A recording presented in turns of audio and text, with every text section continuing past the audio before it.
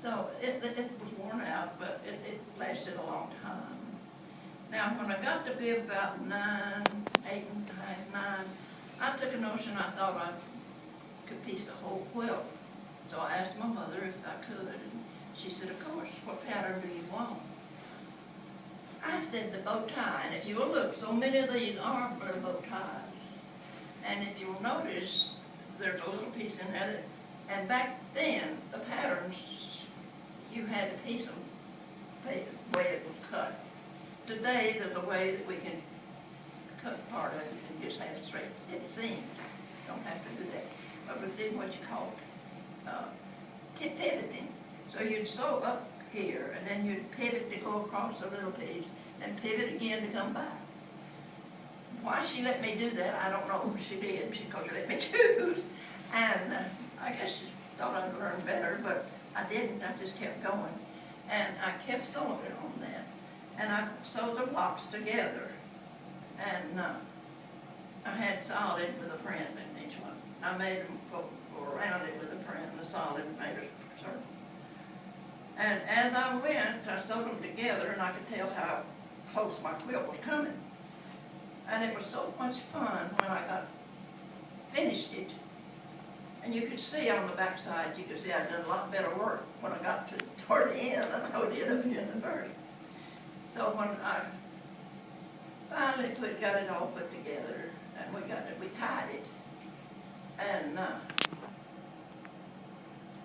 I still have it, and they asked me so I could bring it there, but it's stored away where I can't get to it right now. But I still have my first quilt that I pieced by hand. But when I got ready to put the backing and batting on it, get it a certain, it didn't quite fit, so I had to take some little darts along in the way to straighten it out. But I finally got it done, and we tied it, and I got to show it for the first time at the quilt seminar.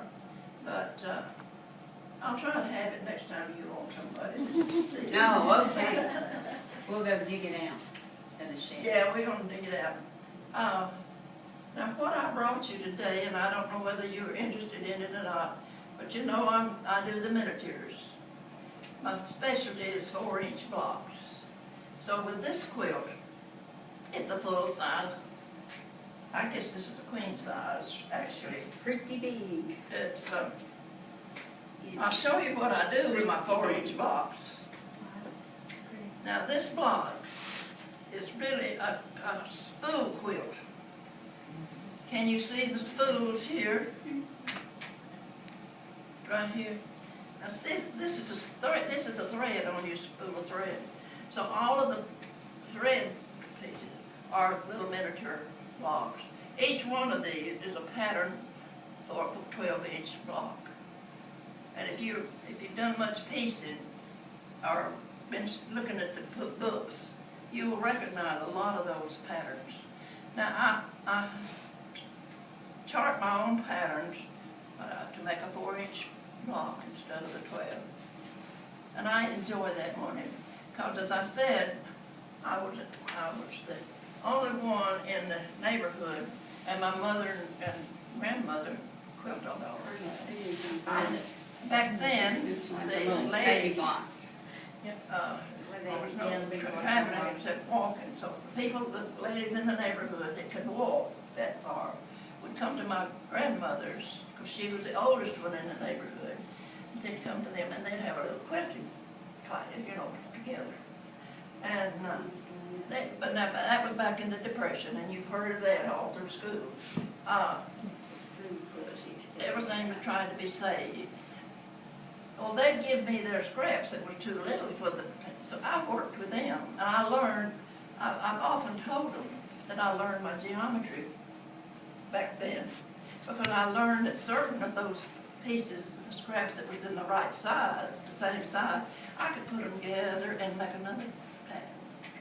And so I learned a lot by sewing those little pieces.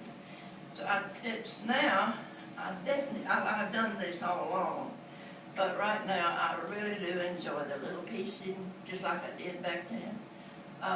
You know, the saying is you're once a man, twice a child. I reckon I'm in my second childhood. All of that brings me back to my childhood, making that small block. A lot of people make fun of it, and they think, why waste your time doing that? Well, I enjoy it for one thing. A lot of people enjoy seeing them. So I just keep on. You know, it's just anything. Now, do any of you have any questions about quilting that I might answer to you? I know quite a bit of the history of quilting, and yes, sir. How long did that one take you to make?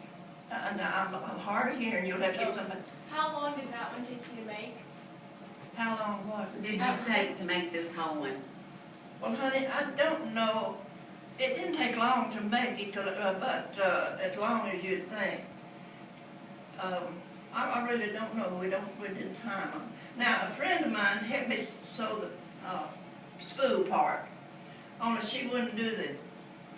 Let me get up here a minute. She would sew this strip, but she wouldn't do the mitering. But she would sew the straight pieces on the machine. I don't miter either. Most folks don't. I'm So not good at it. I did the mitering. Now that means putting it come in a vise. I did that by hand. And all of these was done by hand. It took 72 blocks to make the quilt, to make it that big. And to give you an Now, idea, depending on the pattern, it might not take her but 30 minutes to make a block. So she's fast. Yeah. And she does it all by hand. Gail said sometimes it takes you about 30 minutes to do a block. Wasn't that about like that? It takes as long to cut the pieces out as it does to sew them. And believe it or not now, in piecing glue, I wish I brought one that I was piecing. That was just in parts so they could see. Oh. I didn't really know what to bring, what to show you. But Do you still keep a 1/4 inch seam on right everything? now, I'm having more trouble with my eyes. She may or may My not. eyes are 92 years old. You know, they don't look as good as yours. But I can still feel, a lot of my sewing is done by feel. You've done it so long, you can feel your sewing almost, so you don't really have much problem.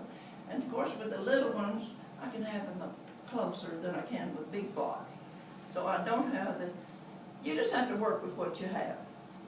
And I'm not gonna quit quilting. I'm gonna just quilt as long as I can hold a needle and piece them. Yeah. So, As long as I remember to thread the needles, I don't think I threaded the needles before No, I you left the didn't. other day. I can thread it sometimes. And a lot of that, I don't see the eye, but I know where the eye belongs, and I thread that. And if it's a good needle, She says as long as the needle doesn't so, squint. I can thread enough of it that keeps me busy until you come back. Yeah. I usually put 10 or 11 on a spool of thread, and then she just pulls one off at a time and how much thread she needs, and then just leaves it on there. So we go once a week to visit, so every time we go, I try to remember to thread the needles. But we get other things going sometimes, don't have time. But that's the way I used to do my grandmother when she was old, and she had cataracts that grew on her eyes then. And I would thread a whole package of needles on the spool of thread.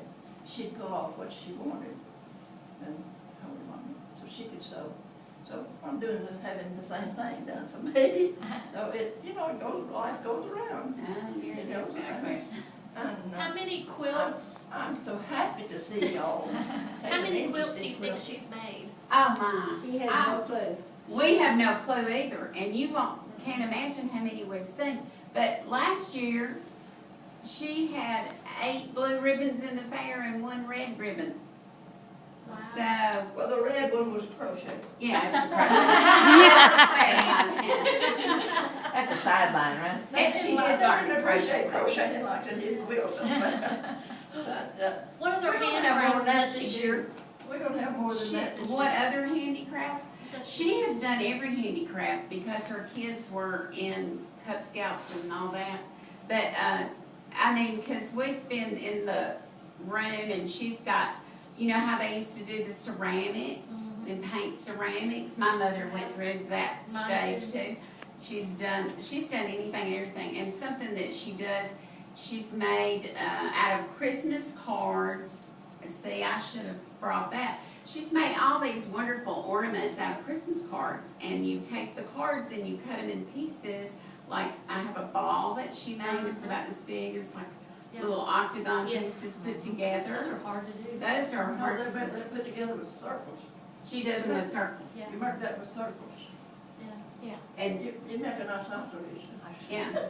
See, listen to her with her geometry, it's isosceles triangles. We'd have thought, we could have brought you patterns and an example of it, and give all of the patterns to make you some of those cards, make it understand. That might be a Christmas program. Class. We can get some to Mary They've Beth. got, I've given them a patterns for all of them. Yeah. Well, Let's she make hasn't them do it. completed.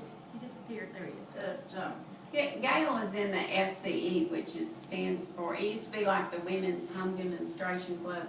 Now they call it the FCE, and it stands for Families, Communities, and Education, if I'm not mistaken. So, you know, they have lots of, as I said, I'm in the Button Club, we're in the Quilt Guild. Which guild are you in?